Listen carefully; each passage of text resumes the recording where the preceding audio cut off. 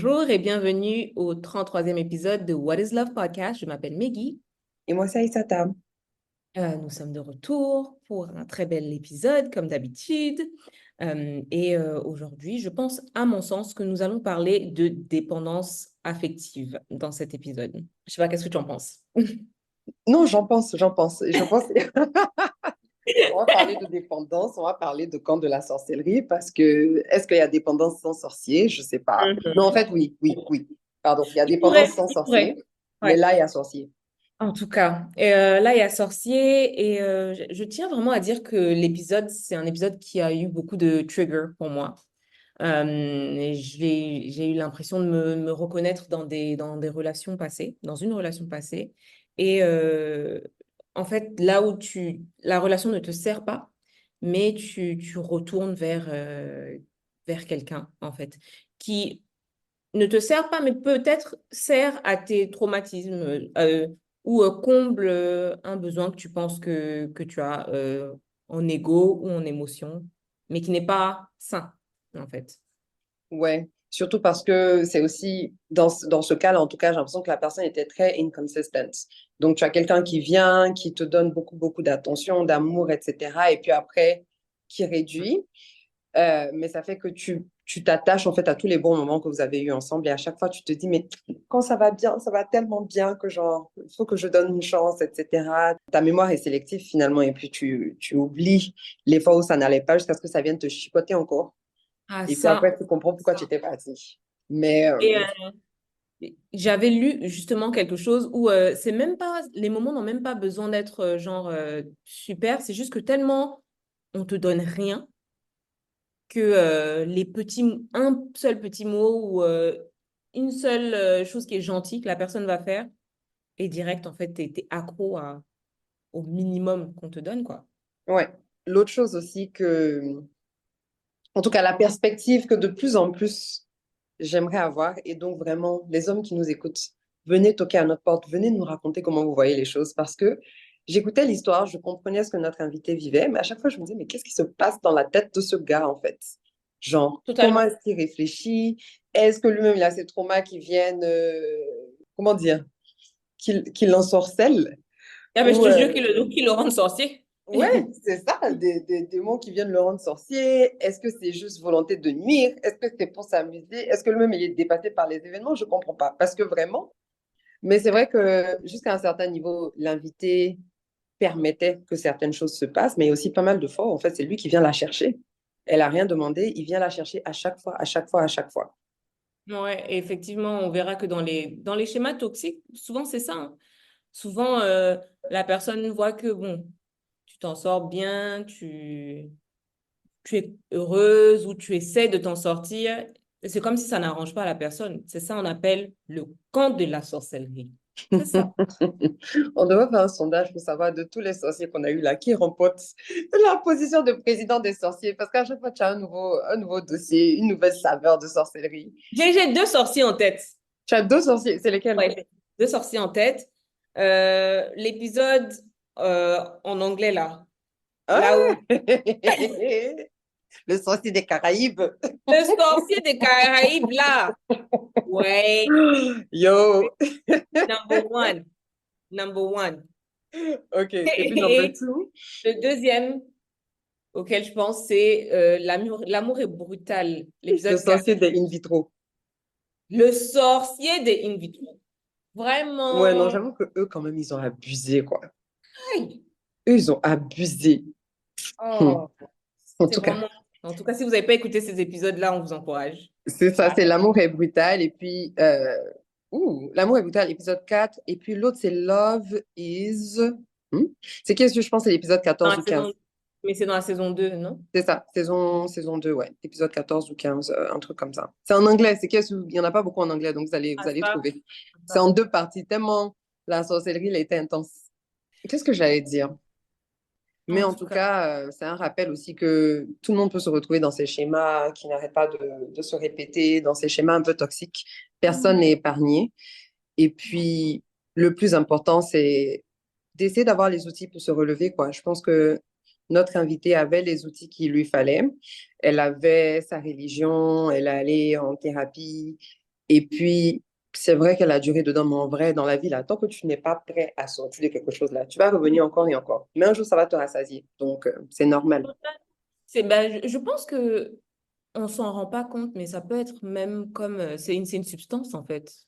Ben oui. T'es accro et et tu sais clairement que c'est pas bon pour toi, mais ça prend du temps. Ouais. Mais aussi, tu as espoir que les gens changent, que Totalement. que les gens changent ou que les circonstances soient différentes, etc., etc.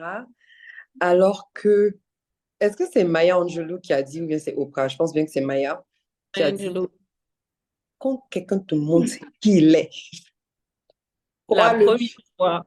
Mhm, la première fois. la première fois. Ce qui est difficile dans les situations comme ça, c'est que, en fait, tout n'est pas mauvais. Et effectivement, elle repartait vers quelque chose qui, en fait, des fois, elle a des moments où elle se sent vraiment bien, des fois même où elle est écoutée à 100%. Et donc, tu Mhm. te dis, limite, est-ce que je n'essaie pas encore, en fait? Ouais, non, c'est vrai. Ouais, C'est absolument vrai. En tout cas, bonne écoute à vous. en tout Vous cas, nous direz ce que vous pensez. yes. Et On va pas puis, spoiler davantage. voilà, parce que là, vraiment, j'avoue que On a parlé. vous allez écouter l'histoire, vous allez être en mode, ah ouais, effectivement, ils nous ont dit ça. Oups. Ouais. Mais bonne écoute. On écoute. L'histoire commence donc quand je suis au Canada. Ça commence avec un ami d'enfant, j'ai envie de dire, un ami de famille. Donc on se connaît depuis toujours, entre guillemets. Et donc nos familles se connaissent, etc. Donc il est au Canada, je suis au Canada. Et donc on commence à passer beaucoup de temps ensemble, mais amicalement. Vraiment rien de plus. On peut rester jusqu'à 3 heures du matin, on parle, on discute, on cause, genre chic ami, quoi. Vraiment, camarade.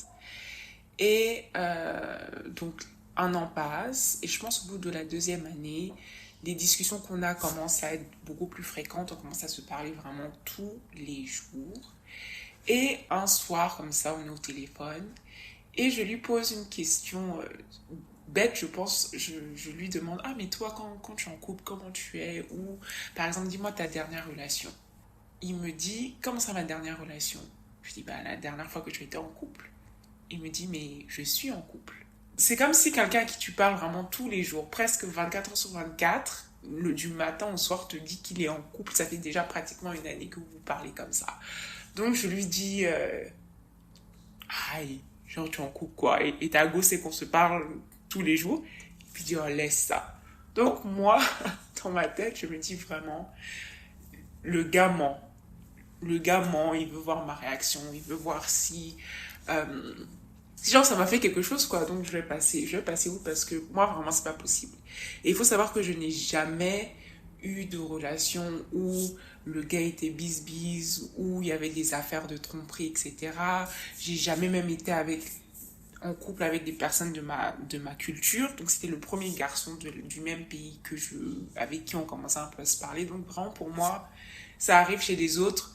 Mais moi, cette affaire de pleurer pour garçon, ou un garçon t'a trompé, il t'a mélangé, tu es à côté, c'est pas possible. Donc vraiment, je me dis, c'est rien. Il veut juste me jouer avec moi, quoi. Donc pas de souci. Donc on continue à se parler, etc. Et je pense 2, 3 mois après, on avait l'habitude de sortir et d'aller dans un endroit et puis se poser là, discuter. Donc on est là-bas, on parle. Je le raccompagne chez lui, on retourne chez lui, etc. Donc une fois arrivé chez lui, on discute encore. Vraiment, c'était une longue soirée. Et donc là, il me commande mon taxi pour rentrer chez moi. Donc il m'accompagne en bas et là, on s'embrasse.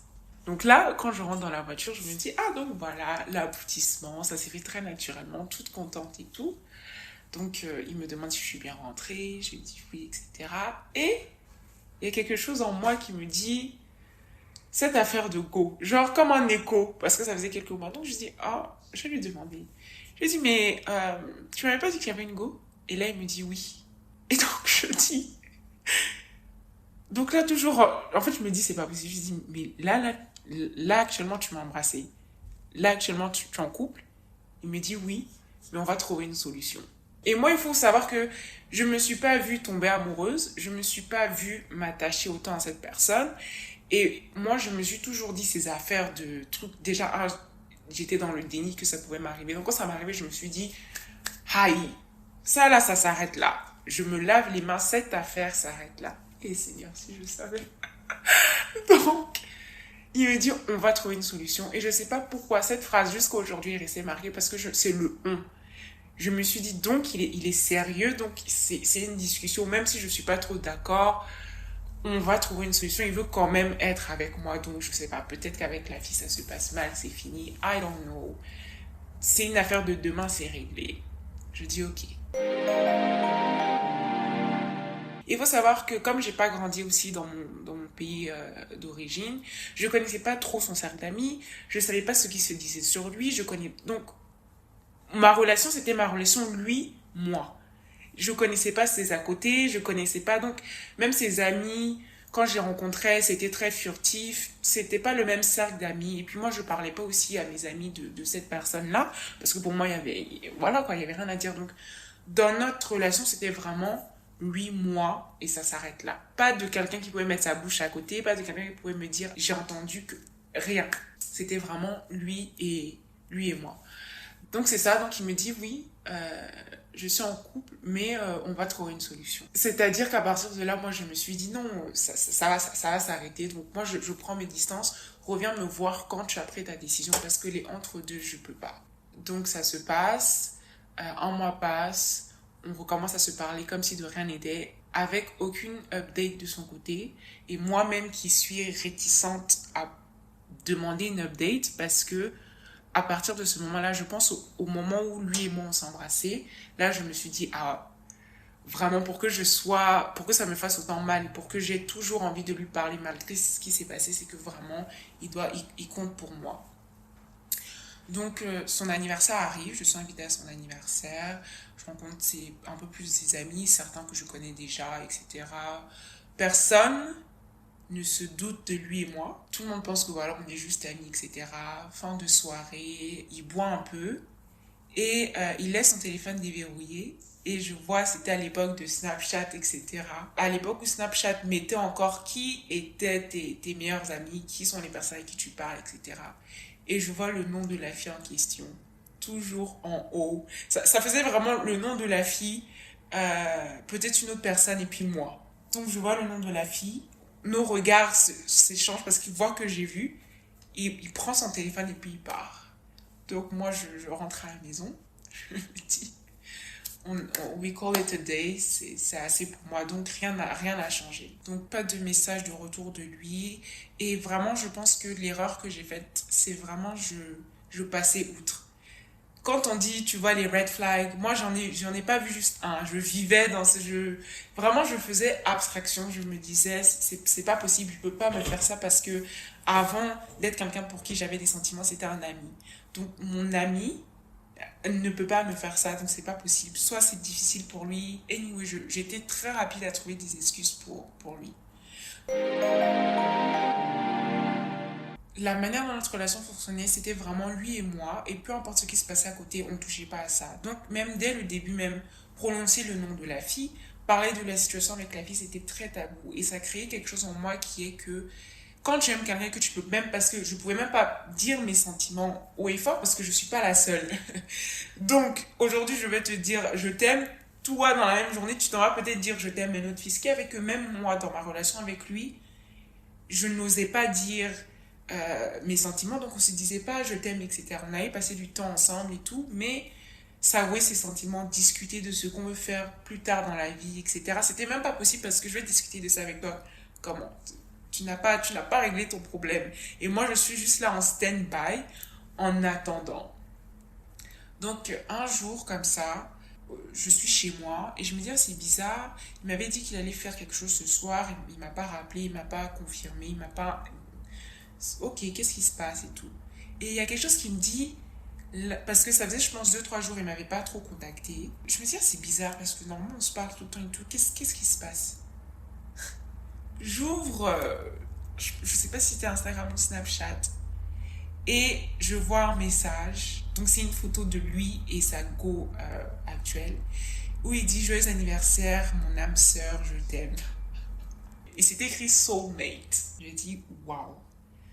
Waouh. Donc ce jour-là même, je pense que je effondré. Il faut savoir aussi que à cette époque-là, déjà, j'ai jamais été quelqu'un qui parle beaucoup de ce qui se passe dans ma vie. Dire aux gens, au jour le jour, ce que je vis, etc., je le disais pas. Donc ce jour-là, vraiment, c'était double peine de voir que aux yeux de tous, que toi-même, les gens ne savent même pas que c'est une personne que tu fréquentes actuellement. Et devoir supporter tout ça tout seul, je pense que je me suis vraiment effondrée. Mais ce jour-là, vraiment, j'ai dit, Seigneur, ça là, il faut que tu m'aides parce que de la manière dont j'aime cette personne, je ne vais pas partir. Donc, moi, je ne peux pas mourir dans ça parce que sincèrement, je pense que si j'avais pas développé ma relation avec Dieu, je serais encore dedans et franchement, ce serait catastrophique. Donc, le lendemain, je lui ai écrit, je lui ai dit, mais vraiment, genre, tu te fous de moi, j'ai vu le truc et tout. Et il me dit, non, mais c'est son anniversaire, elle est venue me rendre visite, tu voulais que je fasse quoi? Que je lui dise de rentrer chez elle. Tu sais que je peux pas faire ça, donc vraiment, quand elle va partir, je vais régler l'affaire, mais j'allais pas la repousser. Donc elle est juste là, elle est juste venue me rendre visite, mais c'est rien. Dès qu'elle part, on se retrouve.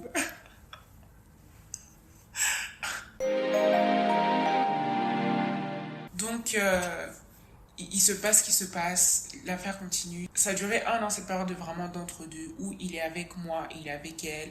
On se parle plus, je vois des choses comme ça, où il est avec elle, et il me rend visite. Genre, vraiment, c'est la titulaire, et puis moi, je suis celle sur le côté. Bien que ce soit difficile à l'époque de l'admettre, c'était exactement ça. Donc, on continue aux affaires comme ça. Il faut savoir qu'il y a des périodes où lui et moi, quand on s'entend pas, on a une certaine facilité où il me bloque, 3 mois sans nouvelles, il revient, je le bloque, 3 mois sans nouvelles, il revient. Donc vraiment, c'était difficile, c'était une année vraiment difficile. Moi, pendant cette période-là, je perds beaucoup, beaucoup de poids, je mange pas vraiment beaucoup, vraiment, je perds énormément de poids. Donc, il revient me voir, je pense à un moment donné, où il m'annonce que elle et lui ne sont plus ensemble et que c'est terminé, qu'il a pris le temps de faire le deuil entre guillemets de la relation, expliquer ce qui se passe, etc. Et qu'il sait avec qui il veut être, c'est avec moi qu'il veut être. Donc ça fait déjà 1 an qu'on est dans le truc comme ça. Donc il est plus avec la fille, c'est avec moi qu'il veut être. Donc ça c'était un peu avant la période de décembre. Donc on rentre en décembre, on se croise à l'époque dans un bar et tout, etc. Et dans ce bar-là, il a son salon. J'ai entre guillemets mon salon donc avec mes amis et son ex a a son salon. Donc les 3 protagonistes sont dans la même pièce et nous 3 on se sait.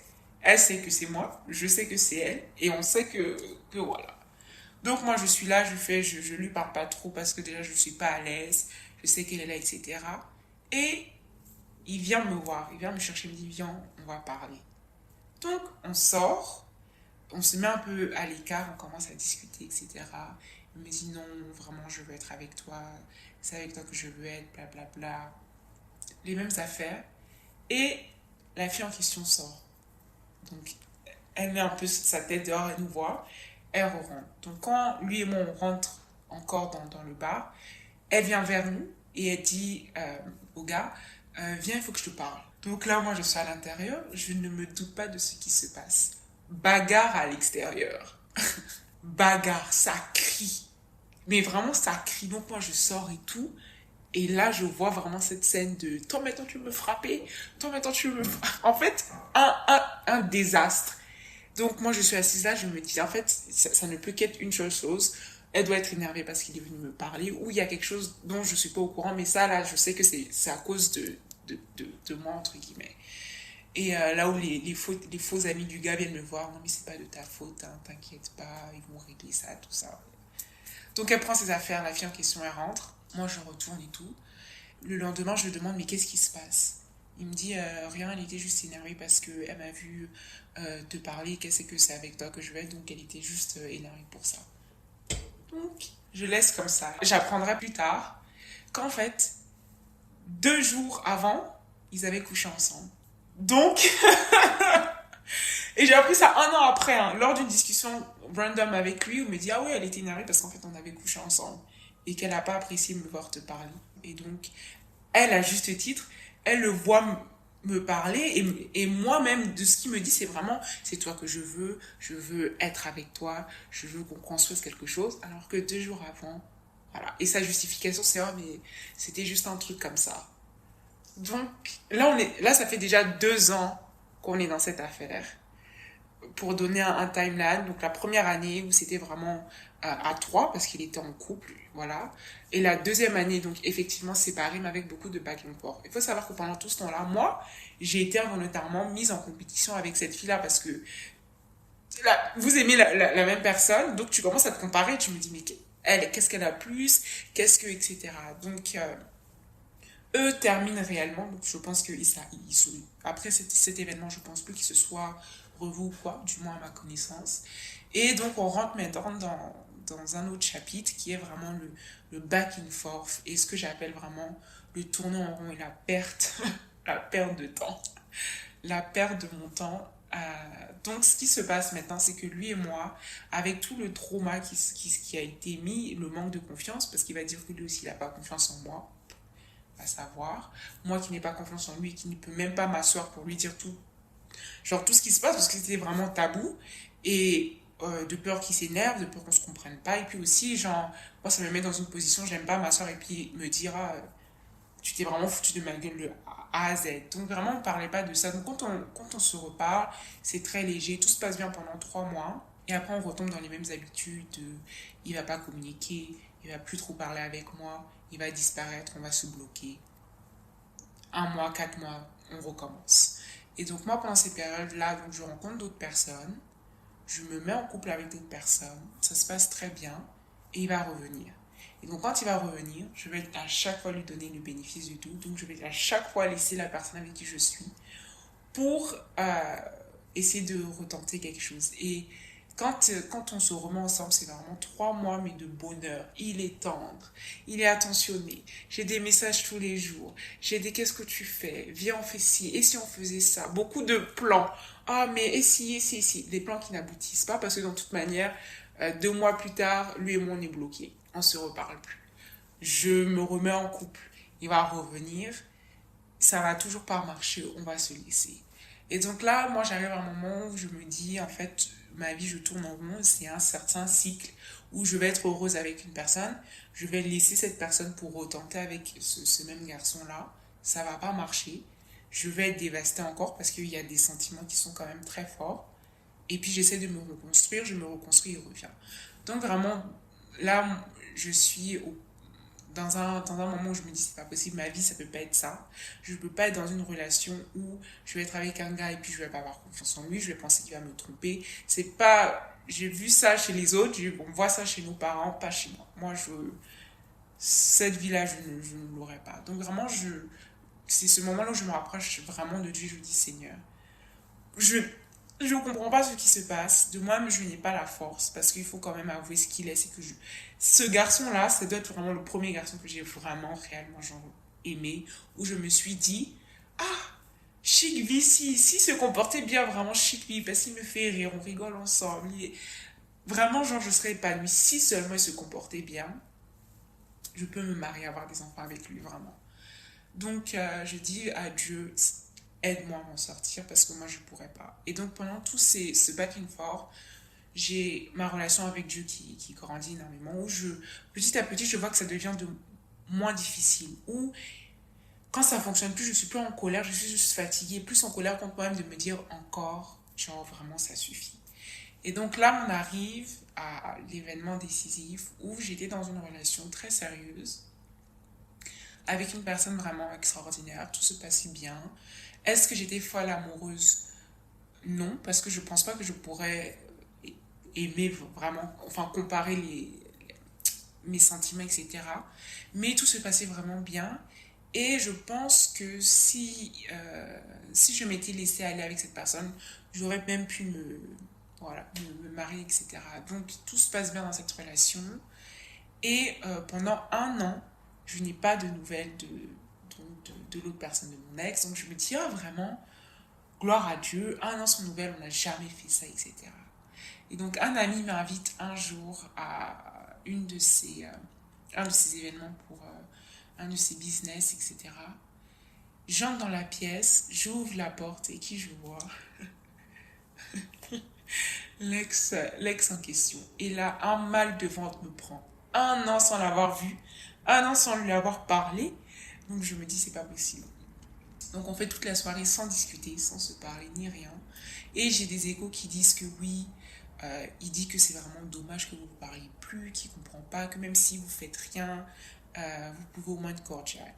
Et la première erreur de ma part, je laisse ces on-dit-là m'affecter. Donc je rentre à la maison, je le débloque, j'appelle, ça sonne une fois, ça sonne deux fois, il décroche. Allô, allô. Petit rire, on rigole. Je lui dis ça va? Il me dit oui et toi? Je dis oui ça va. Je lui dis je t'ai juste appelé pour prendre de tes nouvelles, pour te dire que il n'y a pas de souci, etc. Et il me dit à moi c'était une année très difficile, hein, sans te parler, etc. C'était vraiment très dur. Les gens ont vu autour de moi, vraiment ça va pas. Je lui dis je suis en couple, ça se passe très bien. Je voulais juste te dire qu'il n'y a pas de désaccord entre toi et moi. Tout est carré, tout est ok. Bye bye. Bye bye. Le lendemain, petit message de lui. On commence à parler. Il me dit oui, moi je vais être avec toi. C'est toi la femme de ma vie. Je suis amoureux de toi, je t'aime.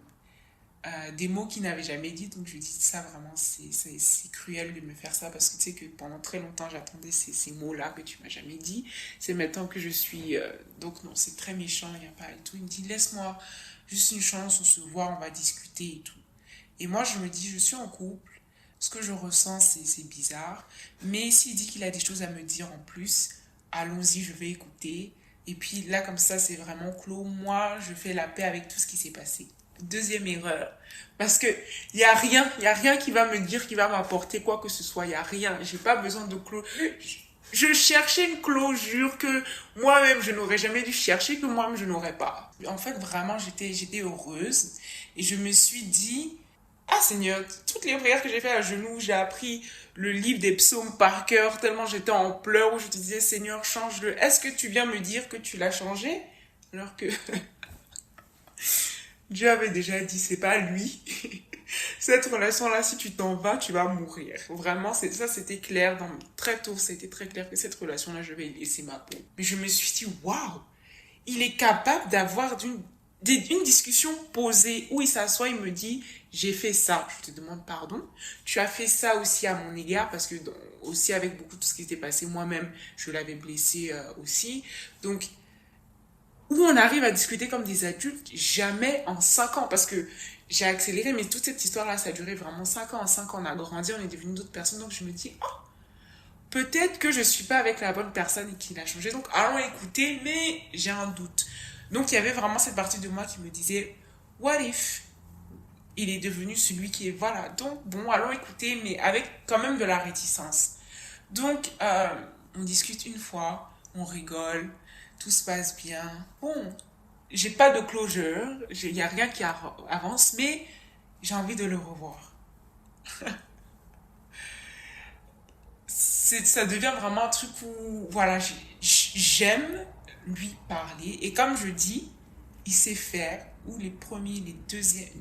Quand on vient de se retrouver, c'est vraiment je suis heureuse, on est heureux, on se parle tout le temps, on est vraiment heureux, comme si de rien n'était. Ça, j'aurais dû le savoir, c'est toujours comme ça, les premiers mois, etc. Où il me vend du rêve, j'ai changé. Prends le temps qu'il te faut pour gérer ta situation. Prends le temps pour voir si c'est moi ou si c'est pas moi. Mais sache que moi, je suis là, que c'est toi que je veux, que je t'aime, etc. Donc, ça commence à mettre moi-même des doutes sur les sentiments que j'ai envers l'autre personne, etc. Avec l'autre personne, tout se passait bien et tout, mais moi, j'étais vraiment rentrée dans une phase où j'étais en l'entre-deux, où je me sentais vraiment, genre, je suis en train de tromper la personne avec qui je suis. Je le vis très mal. Mais d'un autre côté, moi-même ne peut pas s'empêcher de parler à mon ex. Donc, c'était vraiment une période très difficile, où vraiment, comme un brouillard, je voyais plus clair, je pensais plus clairement, je savais plus ce que je voulais faire. Est-ce que je redonne une chance? Est-ce que je redonne pas une chance? Est-ce que je dis la totalité? Qu'est-ce que ça fait de moi envers la personne qui me fait confiance? Et l'événement qui a fait où je n'avais plus le choix, c'est que avant mon départ pour donc mon pays d'origine, mon ex et moi on se voit. Il vient me chercher, il va me déposer au métro, on est dans la voiture, etc. Et dans la voiture, on se prend, vraiment, il me prend par on s'attrape les mains, etc. On passe du temps, on est dans la voiture. Vraiment, c'est comme si, encore une fois, lui et moi, et puis il y a rien d'autre. Donc on discute, et au moment de sortir de la voiture, j'arrive pas à sortir. Je reste avec lui, on discute et tout. Et là, on se regarde, et on s'embrasse. On s'embrasse. Je prends l'avion le lendemain, on s'embrasse, etc. Je sors de la voiture, je m'effondre. Donc j'appelle une de mes amies, je lui dis, tu vas pas croire ce qui s'est passé, j'ai fait ça. Elle me dit, non, non, non, calme-toi, ok, c'était beaucoup, etc. Comment tu te sens, etc. Et encore un autre brouillard. Parce que, et de la colère parce que la même situation où je disais back and forth, je ne veux plus jamais me retrouver dedans, me voici encore dedans. Donc une colère contre moi-même. Je dis à ma soeur est choquée. Quoi? Mais le type là t'aime tellement, comment tu as fait ça avec l'autre? Il te considère... Donc, brouillard. Donc, je prends l'avion et le lendemain, j'appelle donc la personne avec qui je suis et je dis, voilà, je sais plus où j'en suis et j'aimerais qu'on se sépare. Et je viens t'annoncer aussi que j'ai embrassé mon ex. Donc, honnête, et il se passe beaucoup de choses, c'est très difficile parce que c'est une personne que, quand même, on est resté longtemps ensemble, etc. Je pleure, c'est des vacances terribles, etc. Je me sens très mal, c'est très difficile aussi parce que c'est une personne à qui je parlais tous les jours. Donc la période de séparation, d'entre-deux, où je bascule d'un à l'autre est difficile et je m'en veux énormément. Je suis en colère énormément contre moi, mais je me dis, cette histoire-là, Seigneur, c'est la dernière fois que ça arrive dans ma vie. Et si c'est avec lui, que ça se passe bien. Si c'est pas avec lui, que ça s'arrête. Donc, on se sépare, on se parle plus. Donc, avec l'ex, je lui annonce que effectivement, je suis séparée. Donc, on peut. Et lui qui disait, je t'aime, je suis prêt à me mettre en couple, etc. Tout d'un coup, c'est ok. Prenons notre temps. Prenons notre temps. Il n'y a pas de souci. On va voir maintenant. On va voir. Donc, dans tous les séjours qu'on passe dans le même pays, on ne se voit pas. On ne discute pas. On ne se parle pas. Il fait ses affaires. De temps en temps, voilà. On se croise. On s'est croisé une fois, je pense, à un événement. À part ça, on ne s'est pas vu. On ne s'est pas parlé. On est dans le même pays. Hein. Quelqu'un qui disait je t'aime, tu es la femme de ma vie, je veux être avec toi. Je retourne dans le pays où on est tous les deux. Il revient quelques temps après. On ne se voit pas. On discute de temps en temps, pas de nouvelles. Des 7 jours sans se parler. Oh, je suis trop occupée avec le travail, etc. Quelques petits efforts, va et là. La Saint-Valentin, il va venir apporter une fleur. Donc, j'arrive et tout, il me donne la fleur. Donc, je lui dis, attends, je vais monter dans ta voiture. Je monte dans sa voiture, je vois 3 autres bouquets de fleurs en arrière. Et je lui dis, mais les autres bouquets de fleurs, c'est pour qui? C'est pour mes cousines. Je vais les voir, je vais leur donner leur bouquet de fleurs. Quand il me dit c'est pour ses cousines, effectivement, il a des cousines ici, mais je me dis, mais toi, tu vas offrir des fleurs à tes cousines, mais je suis trop fatiguée. Je dis, ok. Il me dit, ouais, d'ailleurs, je dois aller à la messe.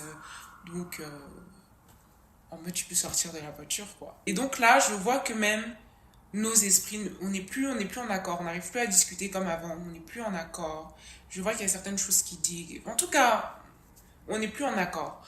Donc, il me donne son bouquet de fleurs. Une part de moi est quand même contente parce que de lui, en 5 ans, je n'ai jamais eu de fleurs. Donc, c'est la première fois que je reçois des fleurs. Donc, je me dis, waouh, ok, quand même. Donc, les autres amis qui me disent, ah, mais tu vois, bon, laisse-lui le temps. C'est quelqu'un, il apprend lentement et tout. Et puis, un soir, je suis juste là. Je me dis, c'est pas normal que quelqu'un qui dise qu'il t'aime, que tu es la femme de sa vie, ne trouve pas le temps dans une journée de te parler, peut faire une semaine sans te contacter, ne prend pas de tes nouvelles, n'essaie pas de te voir alors que vous êtes dans la même ville. Vraiment, la barre est très basse. Et, euh, et même s'il est trop occupé, même si ça prend du temps, quelqu'un qui aime, c'est pas possible. Moi, je refuse de croire que quelqu'un qui t'aime, c'est si difficile de faire le minimum. Donc, non. Donc, moi, je lui ai écrit un message. Et dans ce message, je lui dis, ça s'arrête là. Parce qu'en fait, ça faisait déjà une semaine qu'on s'était pas parlé. Il m'appelle, je décroche pas. Il me dit, ah, genre, maintenant, tu es trop occupé.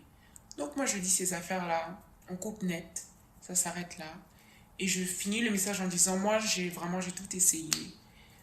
Mais on met une fin à ça. Je ne veux plus entendre parler de toi, ça s'arrête là. Donc là, je commence ce processus où je le bloque, juste de messages pour pas qu'il puisse me contacter. Je coupe toute manière dont il a d'avoir accès à moi, sauf sur les réseaux sociaux, parce que voilà. Et je dis vraiment à Dieu, merci. J'ai compris.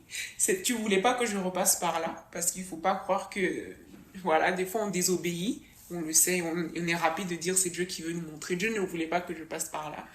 Donc je demande aussi pardon et je dis j'ai compris. Ce dernier acte-là de foi, entre guillemets, pour cette relation, je l'ai fait, je ne la ferai plus.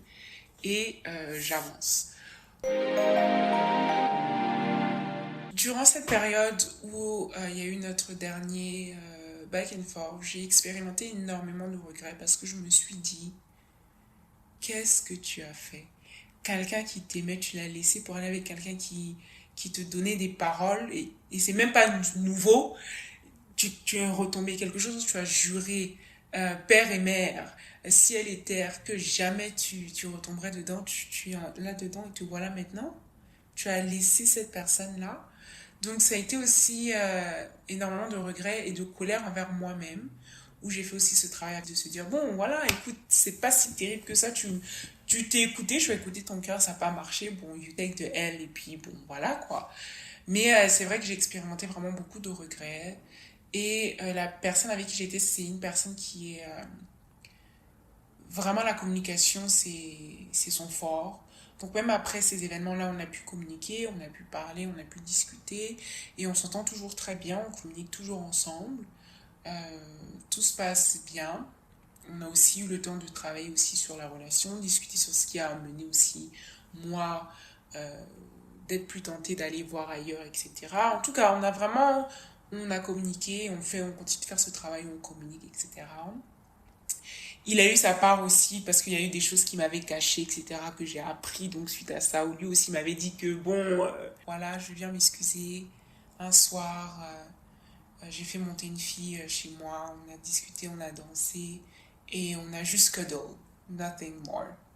Quand je lui ai dit que j'avais embrassé mon mec, j'ai eu droit à, pendant un mois, à comment as-tu pu me faire ça, comment tu as osé. Déjà, il savait ce qu'il avait fait. Donc c'est un autre level. C'est un autre level où j'ai pleuré. Je me suis excusée, on s'est rencontrés face à face où je lui expliquais aussi, je m'excuse d'avoir manqué de respect. Voilà. Ou pendant où il m'a vu m'excuser, pleurer, il n'a rien dit. Et quand lui, il était prêt, même pas quand il était prêt, parce que je lui ai dit, ah, un jour, je t'ai entendu me dire pendant que je pleurais que toi aussi tu as des choses à me dire. Qu'est-ce que tu devais me dire? Ah, que moi aussi j'ai. Et c'était par message. Quand j'ai eu le message, j'ai tourné mon téléphone, je suis allée dormir. Parce que j'ai dit, là, ce soir, je ne peux rien faire je ne peux que dormir. Ma petite sœur et moi, on était sur mon téléphone quand on a reçu le message. On s'est regardé. Elle a ri. J'ai dit, éteins la lumière. Je vais dormir. Je vais dormir. Et c'est un problème que j'ai réglé le lendemain. Parce que je me suis dit, c'est la folie. Donc, je me dis aussi, pendant cette période-là, c'était aussi Dieu qui me disait que, tu vois, tu penses que tu as trop perdu, mais regarde aussi dans le lieu secret ce que ce garçon-là faisait. Et que s'il n'y avait pas eu cette histoire, je suis certaine que jamais il ne me l'aurait dit. Qu'il avait vu une autre fille. Donc suite à ça, je commence un processus où on se reconstruit, où je vais voir aussi un psy, parce que toute cette relation a fait que je suis même très fermée, je ne peux pas parler de mes sentiments. Quand je suis en couple, je ne suis jamais celle qui est trop démonstrative, etc. pour que moi je te dise que je t'aime, il faut que je sois sûre à 10 000 % que tu es tellement in love de moi que quand je te dis je t'aime, je sais que c'est toi qui es content et voilà. Donc je commence à faire ce processus vraiment de closure, j'apprends, etc. Et m'autoriser le fait que oui, j'ai aimé cette personne, les sentiments étaient forts, ça arrive à tout le monde, il m'a montré ce qu'il m'a montré, et essayer de passer vraiment à autre chose. Et donc là, toujours sans nouvelles de lui. Et je ne cherche pas à en avoir, je n'espère pas qu'il y en ait. Mais c'était vraiment faire le travail de qu'est-ce qui arrive si il revient. Parce que dans toute cette histoire-là, ce n'est jamais moi qui suis retournée vers lui. Ça a toujours été lui qui a trouvé un moyen de me contacter, moi qui ai toujours écouté. Et donc j'ai vraiment fait ce travail-là de s'il arrive, qu'est-ce qui change des autres fois? Tu l'écoutes pas, etc. Et c'est vraiment faire la paix que ce qu'il devait dire, il a dit, ce qu'il devait faire, il a fait. Et c'est pas la énième conversation, la énième fois qu'il va rentrer dans ma vie pour m'expliquer que il se passait telle chose ou telle chose dans sa vie qui va changer. Donc j'ai fait la paix avec ça. J'ai fait avec la paix avec le fait que la personne que j'ai le plus aimée, ce sera pas mon mari, ce sera pas le père de mes enfants, ce sera pas la personne avec qui je vais être.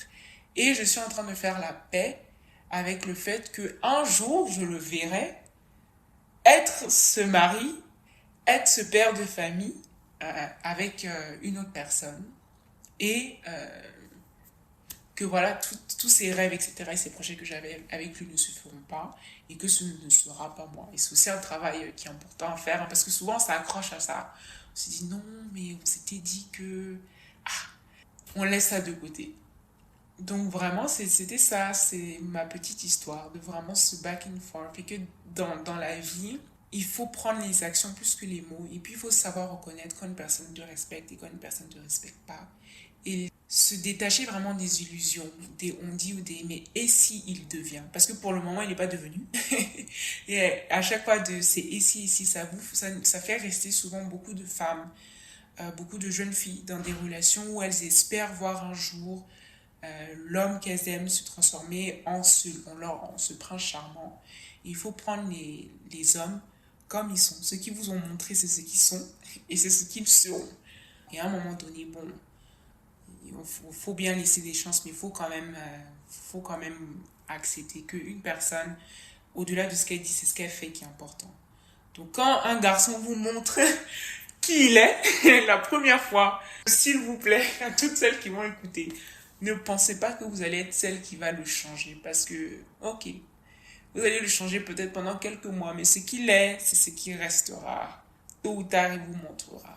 Donc, c'est ça. Donc, pour moi, vraiment, je dirais que c'était un processus, c'était un cheminement, c'était long, parce que quand même, 5 ans de back in farm, ça fait beaucoup de choses à soi-même, à l'autre aussi. Ça prend du temps, il faut être indulgent envers soi-même. Et moi, c'est réellement ma relation avec Dieu qui m'a vraiment aidée.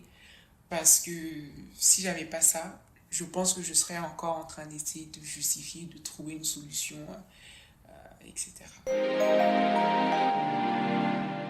Pour moi, l'amour, c'est le respect. Parce que quelqu'un que tu respectes, tu peux jamais lui faire passer par toutes ces étapes-là, par toutes ces difficultés. Quand tu respectes quelqu'un, c'est quelqu'un pour qui tu as un profond respect. Tu sais mettre les limites là où il faut.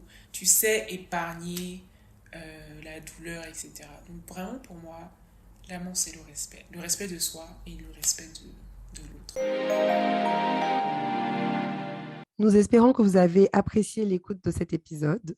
Si c'est le cas, n'hésitez pas à vous abonner sur toutes vos plateformes d'écoute de podcast, à nous laisser 5 étoiles sur Spotify et Apple Music et surtout à nous laisser des commentaires qui partagent votre ressenti par rapport au podcast et aux épisodes en particulier. Suivez-nous aussi sur Instagram à whatislove_podcast.